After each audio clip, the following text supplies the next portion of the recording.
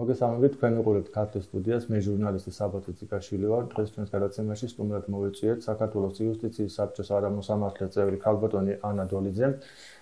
ანა დოლიძემ დღეს სოფელ ატოცში მოინახულა საოკუპაციო ხაზი, სადაც რუსი სამხედროები აკონტროლებენ ტერიტორიას, სადაც უსაფრთხოების ზონები საქართველოს მოქალაქეებისთვის დარღვეულია.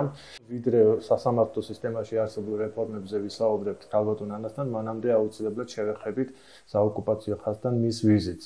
მოგესალმებით ქალბატონო ანა. გამარჯობა საბა. ერთი შეხედვით დღევანდელი თქვენი ვიზიტი შიდა ქართლში დაიწყო საკმაოდ საინტერესო ვოიაჟით. რა მიზანი იყო თქვენი ვიზიტი საოკუპაციო ხაზთან? დიახ, ეს ვიზიტი დაემთხვა ძალიან სამწუხარო მოვლენას და ეს არის ახლანდელი გარდაცვალება უახლეს მოვლენას ირაკლი კვარაცხელიასი. ეს არის მორიგი მსხვერპლი ამ საოკუპაციო რეჟიმის. და რა თქმა უნდა, კარგად დაემთხვა იმ გაგებით, რომ მე კიდევ ერთხელ რა თქმა უნდა, უკეთესი იქნებოდა არ დამთხოვდა ეგეთ მოვლენას, მაგრამ კიდევ ერთხელ ხაზი გავუსვი. ჩემი როგორც ერთი მოქალაქის, საჯარო პირის, წვლილი პატარა წვლილი მინდოდა შემომეტანა ანტისაოკუპაციო მოძრაობაში. იმიტომ რომ კარგი იქნება რომ თუ ამ წერტილებში და საოკუპაციო ხაზთან არ ივლიან მარტო უცხოელები, გეუთოს წარმომადგენელი, გაეროს წარმომადგენელი, არამედ მე მაქვს ესეთი ხედვა, რომ სანამ საქართველო გაერთიანდება, მანამ ესეთი სიმბოლო გამოვიყენოთ, ჩრდილოეთ ირლანდიაში არის ესეთი კედელი, რომლის მეშვეობითაც გაიყო ჩრდილოეთ და სამხრეთ ირლანდია და ეს კედელი გახდა მემორიალური კედელი, რომ ნახოთ, ის იყო ბრძოლის ადგილი ერთი პერიოდი. და დღეს ეს არის არ არსებობს ტურისტი, რომელიც ჩავა ბელფასტში და არ მივა იმ კედელთან. და მოხატულია და ანუ მე ესე ვფიქრობ, რომ ჩვენ რო გავაკეთოთ, რომ მოვიდომოთ მოქალაქეებმა, შეიძლება რომ აი ავტობუსები რო ჩერდებიან სპართან, ხო, მე მგონი, ქალაქ გორცს რო გამოცდებიან. არ დარჩეს ავტობუსი, რომელიც არ გაჩერდება საოკუპაციო ხაზთან. ამით ჩვენ რას გავაკეთებთ? ყველგან ტანკების, ჩექმების, ავტომატების გარეშე უდიდეს მუდმივ წნეხს, მუდმივ მოძრაობას შევქმნით რუსეთზე ოკუპაციასთან დაკავშირებით. სულ მცირე როგორც მოქალაქეებს ეს შეგვიძლია გავაკეთოთ და ამით ჩვენ ხელისუფლებასაც შევქმნით წნეხს, იმიტომ რომ მე როგორც ბევრი ჩვენთაგანი ძალიან უკმაყოფილო ვარ ჩვენი ხელისუფლების ინერტულობით ამ მე მოვისმინე თქვენი ჩართვა ატოციდან და მოუწოდეთ ხელისუფლებას გამოიყენოს ყველა რესურსი საერთაშორისო ტრიბუნა იმისთვის, რომ მოხდეს ზეწოლა რუსეთის ხელისუფლებაზე. თქვენ იტყვის ხელისუფლება, რომ ისინი ყველა ღონეს ხმარობენ ჟენევის დისკუსიის ფარგლებში და ასე შემდეგ. რატომ ფიქრობთ, რომ საქართველოს ხელისუფლება არ იყენებს აი ამ ტრიბუნებს? ისინი იყენებენ უკვე ჩამოყალიბებულ მექანიზმებს. ინერციაზე არის მეშვებული ეს მექანიზმი, ეს ფორმატები არსებობს, მაგრამ არ ხდება შტურმის პრინციპით. აი შტურმის პრინციპით ამ თემაზე მუშაობა.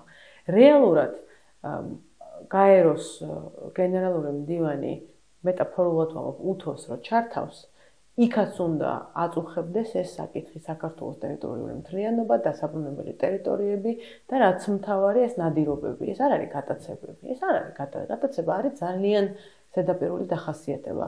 ეს არის საქართველოს მოქალაქეებზე ნადირობა. ხო, ადამიანები ცხოვრობენ და ჰოპ, ხან ვინ გაქრება, ან დაბრუნდება ცოცხალი, ან არ დაბრუნდება. სამწუხაროდ, ანუ ჩვენი ხელისუფლება მე ვიტყოდი, რომ იყენებს უკვე კარგად ჩამოყალიბებულ გაცვეთილ პოლიტიკურ ინსტრუმენტებს, აბაშიძე კარასინი ხა ვინ ელოდება საქართველოში, რომ გარღვევა მოხდება რა აბაშიძე კარასინის დიალოგიდან, რა თვარიდან ხوارა ვარ ჩამოსულები.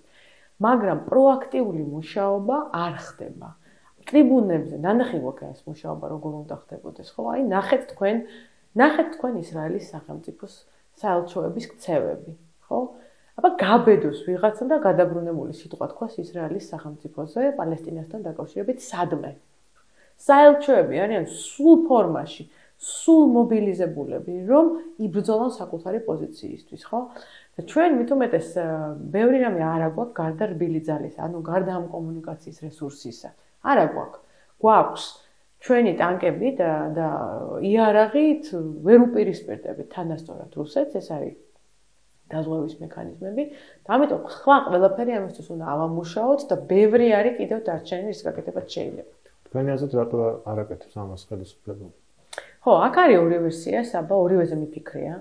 ერთი რომ ჩვენი ხელისუფლება შინაგან ლატენტურად პრორუსულია, მაგრამ მე ამის უფრო ნაკლებად მჯერა, სინამდვილეში მე მჯერა იმის რომ აიხსნება ეს ქართული ოცნების ხასიათით. ზოგადად არსად არაფერი არ კეთდება და რატო უნდა ველოდოთ გარღვევას მაინდა-მაინც კონფლიქტების მოგვარების სფეროში, ხვდებით?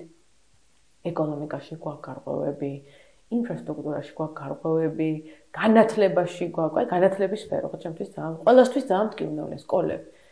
ქართულ ოცნებას არ აქვს თავის მონაცემებში განათლების სერიოზული, სიღრმისეული რეფორმა გარდა იმისა, რომ მან გააუქმა გამოცდები, გამოსაშვები სკოლის. 7 წლის თავზე, ხო, ხელისუფლებას არ აქვს ერთი განათლების რეფორმას მაინც. ერთი, ხო? იმ ნაციონალურმა მოძრაობამ მე მახსოვს, რომ გახქონდათ ეს ეროვნული გამოცდების თემა რა ამბავი იყო, ეს მაინც გააკეთეს ყველაფერს, რომ თავი დავანებოთ, კორუფცია აღმოფხვრეს. ეროვნული გამოცდები არის ტოლფასი, არ ვაკებ ნაციონალებს თელი თავისი პრობლემები აქვს და ვილაპარაკებთ ამაზე. ანუ ნახეთ რა შეესაქმნა ქართულ ოცნებას არა აქვს მაჩვენებლები არც ერთ სფეროში. ეს არის ინერციით ნაციონალური მოძრაობის მოსაშორებლად შექმნილი მექანიზმი, ფენომენი. და შესაბამისად ეს მისია რომ დასრულდება, ქართული ოცნებაც დასრულდება. ამიტომ არ გვაქვს გარღვევები არც კონფლიქტების სფეროში. მეორე ვერსიაც არსებობს. უკვე სასამართლოსთანაც კავშირშია, ამიტომ დავასრულოთ მაგალითად საოკუპაციო ხასთან არსებული სიტუაცია. თქვენ როგორ ფიქრობთ? ანტისაოკუპაციო მოძრაობის ეს მცდელობა, რომ მაქსიმალურად წარმოაჩინონ ეს გამყოფი ხაზის არსებობა პირველ რიგში და იქ მონტაჟი ბადეების და მართლხარდების თუ უფრო მეტად მნიშვნელოვანია მაგალითად იმ საოკუპაციო ხაზთან არსებულ ცხოვრების მოსახლეობის პირობების გაუმჯობესება. რადგან მეორე მხარისთვის უფრო მისაბაძი იქნება. მე შემიძლია ჩვენ მაგალითები მოვიყვანოთ თუ რა მდგომარეობაშია ამ სოფლებში მისასვლელი გზები, ინფრასტრუქტურა საკმაოდ მძიმე მდგომარეობაშია, თუნდაც ხაშურიდან დავიწყოთ, ქარელში გავაგრძელოთ და მოკლედ მთელ ამ ზოლზე. ხომ არ ფიქრობთ, რომ ხელისუფლებას ეხმარებით იმაში, რომ ის პრობლემები დავიწყოთ და აფიქრებინონ იმაზე, რომ იქ საოკუპაციო ხაზთან სამოქალაქო პატრულირება და მოხდეს, ხო? ორივე, მე მგონი ორივე ძალიან მნიშვნელოვანია, კარგია რომ იმაზე ყურადღება გაამახვილე.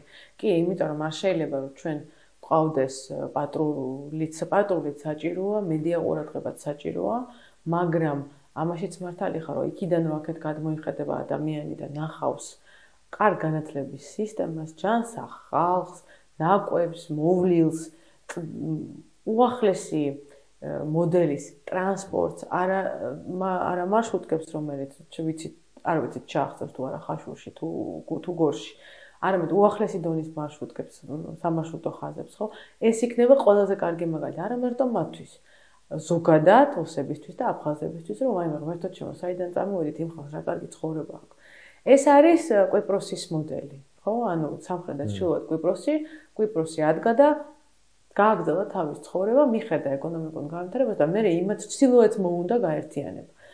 სავარაუდოდ საბოლოო ჯამში ჩვენ ამას უნდა მივახციოთ. აქ არის ალბათ გასაღები, რომ აფხაზები და ოსები უნდა მიხვდნენ, რომ იქით ხარეს რა აქვთ? მათ აქვთ დიდი საფრთხე, ისე როგორც ეთნოსი არ გადარჩებიან, ხო?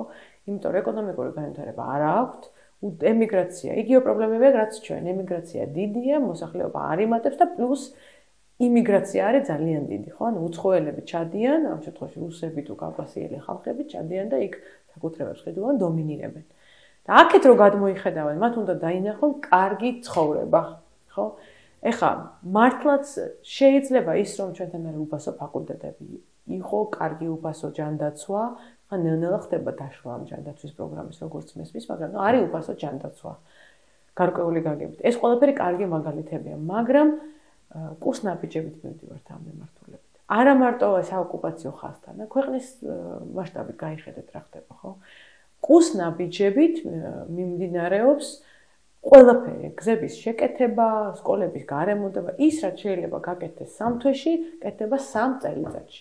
მაგალითი გუშინ იყო ყარაფილაში 13 წერტილიდან, სასმელი წლის წერტილიდან მუშაობს 3. და დახრამული გზები ელემენტარულად სოფელში შეუძლებელი იყო გასვლა, გავლა და მithometes მე გამიკვირდა ცოტა შემოვა თქვენთან ამ დიალოგში. სოფელში გამიკვირდა ერთი რამ, რომ როდესაც დედაქალაქიდან ჩამოვიდნენ ჟურნალისტები, ის გზა ვერ დაინახეს, მაგალითად სოფლის შუაში რომ მანქანები ვერ ადის, აი ამ აღმართზე დახრამულ გზაზე და მოსახლეობას ელემენტარულად არ დაინტერესდნენ ამ პრობლემით. ერთია რომ დაინტერესდე გატაცებით და მეორეა დაინტერესდე ადგილობრივი პრობლემით, ამით უფრო მეტად შეხვალ ადგილობრივებთან ურთიერთობაში და უფრო მეტი ნდობაც შემდეგ მოდის. კი ბატონო. მოკლედ ჩვენ დავამ თუ რამე დასამატებელია. მე ვიზიარებ ამას და კარგი შენიშვნაა რომ ჩემს რიტორიკაშიც ეს ორივეზე უნდა გამახვილდეს ყურადღება. იმიტომ რომ ერთი არის ცნობიერების ამაღლება და მეორე ფაქტი, რომ დაუდებ რომ აი აქეთ გადმოიხედავს ადამიანი და დაინახავს რომ იქ ერთად რა კარგად ცხოვრობენ, მეც იქ მინდა. ხო? ეს და მესამეა კიდე ძალიან მნიშვნელოვანი თვითონ ამ მოსახლეობის გმირული ქცევის პატივისცემა. იმიტომ რომ ეს ადამიანები მარტო იქ არ ცხოვრობენ, ყველა ჩვენ საქმეს აკეთებენ იქ რო ცხოვრობენ, ხო? რაც უფრო იქ ცხოვრობს ხალხი, რაც უფრო იქ იქნება ფუსფუსი მუშაობა, ეს არის მეორე მხარისთვის მაჩვენებელი, რომ ჩვენ არსაწასვლას არ ვაპირებთ და ამაზე ხელს არ ავიღებთ, ხო? მადლობა. მოკლედ მე შევახსენებ მაყურებელს, რომ დღეს ჩვენ სტუმრად იმყოფება საქართველოს იუსტიციის საბჭოს არამოსამართლე წევრი ქალბატონი ანა დოლიძე. რატომ ანა, ბოლო პერიოდში საკმაოდ საინტერესო მოვლენები ვითარდება ამ სასამართლოებთან დაკავშირებით. პირველ რიგში რომ ვუთხრათ რა ხდება ამ სასამართლოებთან დაკავშირებით და თქვენ როგორ აღმოჩნდით? აი ამ შეიძლება ამ გაუგებრობაში გაუგებრობას ვერ დავარქმევთ, უბრალოდ აი ამ სიტუაციაში როგორ დააგრჩეს ნება რომ ხელი შეგიშალათ იმ პოლიტიკისთვის, რასაც ქონდა და ჩაფიქრებული იყო. ძალიან კარგი კითხვაა. სავარაუდოდ ეს აღმოჩნდა შემთხვევითობით ზუსტად ისევე როგორც ნანსი ჯანეზაშვილი დაამტკიცეს პარლამენტმა შეუშვა იუსტიციის საბჭოში თვითონ პარლამენტმა და ვერ მიხვდნენ და არ ეგონათ რომ მის ხელში იმალებოდა ჩვეულებრივი კამიკაძე. ზუსტად ასევე ესეთნაირად სავარაუდოდ ვერ მიხვდა ვიღაცები ვერ მიხვდნენ და თუ მიხვდნენ ვერაფერს ვერ გააკეთებდნენ, იმიტომ რომ ეს იყო პრეზიდენტ მარგულაშვილის გადაწყვეტილება. ჩემი სახით ვინ შევიდოდა იუსტიციის საბჭოში, მაგრამ მე ამ თემაზე და მანამდეც კი აი დღეს იყო სხვათა შორის საინტერესო ანგარიში ვაშინგტონიდან სასამართლო ხელისუფლებასთან დაკავშირებით. დიახ და იქ რა პრობლემებიც იყო დახატული. პირველად ჩვენ ავწერეთ პრეზიდენტის ვეტოში 2017 წელს, რომელიც წარმოადგენთ 2017 თებერვალს. მაშინ ქართულმა ოცნებამ ზარზე იმით გადალახა ეს ვეტო, არა და იმ ვეტოში ვამბობდით, რომ ჩამოყალიბდება კლანი. ამდენი თავმჯდომარეების შეშვება ამ საბჭოში არ შეიძლება. თავმჯდომარეები საერთოდ რა საჭიროა. ასე შემდეგ. მაშინ კიდე უნდა ითქვას, რომ ქართული ოცნების ყოფილი წევრები, რომლებიც დღეს გამოდიან და მჯიხს იცემენ ამ საკითხზე, ხო, გულზე.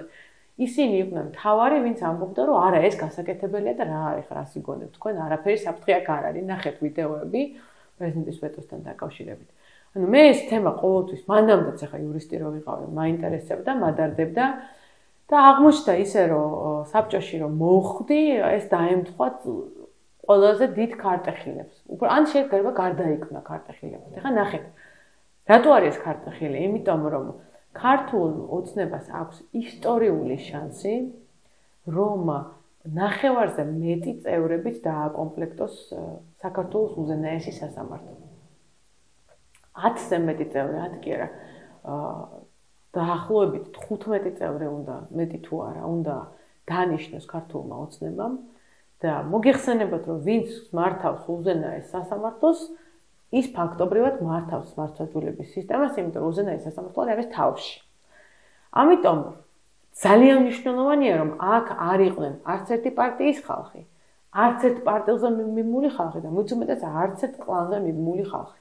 აქ უნდა შევიდეს სუფთა და დამოუკიდებელი იურისტები და ამაზე არის ახლა ბრძოლა. კი, ამ ეტაპზე თუ ვაცდები უზენაეს სასამართლოს მოსამართლეებზე არის საუბარი.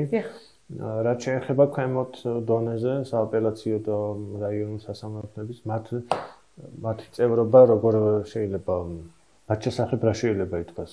დიახ, მან მთავარი გამოწვევა არის შემდეგი. რა მოხდა მთავარი შეცდომა რომელიც ჩაიდიდა ქართულმა ოცნებამ არის ის რომ თვალი საერთოდ არ გაუსწორა მოსამართლეების მიერ ჩადენილ რეპრესიებს. ანუ ქართული ოცნება მოვიდა სამართლიანობის აღდგენის იდეით. ამ ეს აღიარა რომ იყო რეპრესიები, აღიარა რომ იყო ადამიანის უფლებების დარღვევა, გამოუშვა პოლიტპატიმრები, სამართლიანობას აღვადგენ, განუცხადა ხალხს და თვალი არ გაუსწორა რომ ამ ყველაფერს ჩადიოდნენ მოსამართლეები. ხო, ეს არის პოლიტპატიმრები, თვითონ არ მედიო ნორა კვიციანი, თვითონ არ ადგა და არ წავიდა ციხეში თავის ნებით, ხო? ეს ხო არ იყო. ან სულხან მოლაშვილი თვითონ ადგა და წავიდა ციხეში თუ ნებაყოფლობით, ესე არ იყო. ეს გადაწყვეტილებები ოჯახების გაუბედურება ხშირად გამოდიოდა მოსამართლეების ხელით.